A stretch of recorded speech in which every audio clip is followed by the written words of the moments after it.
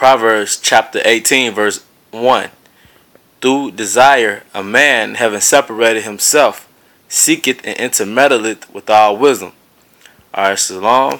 I'm Zahab, GMS Mississippi Camp. And first and foremost, I want to give all honor and glory to Yahweh and the Son Yahweh Shai. I want to give double honor to the apostles of GMS. And I also want to say salutations to the elect out there. And that was Proverbs chapter 18 verse 1. I'll read it again. It says, through desire a man, having separated himself, seeketh and intermeddleth with all wisdom. Alright, 2 points I wanted to bring out. The main point was separating himself. Alright, because whether you have a woman or you stay by yourself, whatever the circumstance may be, you have to separate yourself for a period of time to intermeddle with wisdom. Alright, to get the deep dark sayings of the scriptures, you have to have alone time, downtime, time when you're away from your family, time when you're away from people. Alright, that's when the Most High opens up your spirit. Alright, the other part was intermeddle with all wisdom. Just to go into it a little bit, in Wisdom of Solomon chapter 7, it tells you the different types of wisdom that King Solomon dealt with. He went into the nature of beasts, plants, herbs, the winds, the nature of people. That's all wisdom. So in order to tap into that spirit, you have to separate yourself for a while. Alright? From there, real quick, I want to get Sirach 39 and 1. But he that giveth his mind to the law of the Most High, and is occupied in the meditation thereof, there goes occupied. Alright?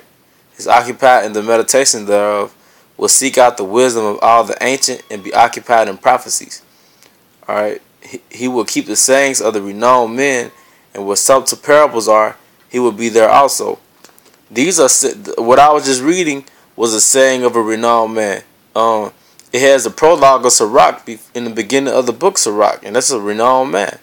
Alright, but the point that I want to harp into was basically alone time and separating yourself. There's a lot of power in solitude. I believe that's how you said it in that tense. There's a lot of power in that. Alright, there's a lot of power in being alone. There's a lot of power in being alone there. Alright, you're gonna find out that you are alone. Alright, that whole popularity, mass friendship thing, that's a facade, man. It's a mirage. Alright, but the point is, the power, the way you tap into your spirit, the way you get into the scriptures and the dark sayings, is have that alone time. Alright, it's a picture of a scientist in the basement. He gets all his creative ideas when he's alone. An artist, an inventor, an engineer, they all have to be alone somewhere away from people and away from their family to tap into their creativity. Same thing with the spirit. To tap into their spirit, it requires alone time. Alright? You're not reading these scriptures side by side with your kids or with your woman. You do what you do on the side, but when it comes to the truth, that's it. You alone. Alright? And there's a lot of power in that. It's a lot of power in being alone. Alright? But I'm not going to, continue to push the point. The point was made. There's power in being alone. A man having separated himself, seeketh to intermeddle with all wisdom. But to the next episode, I'm going to say shalom.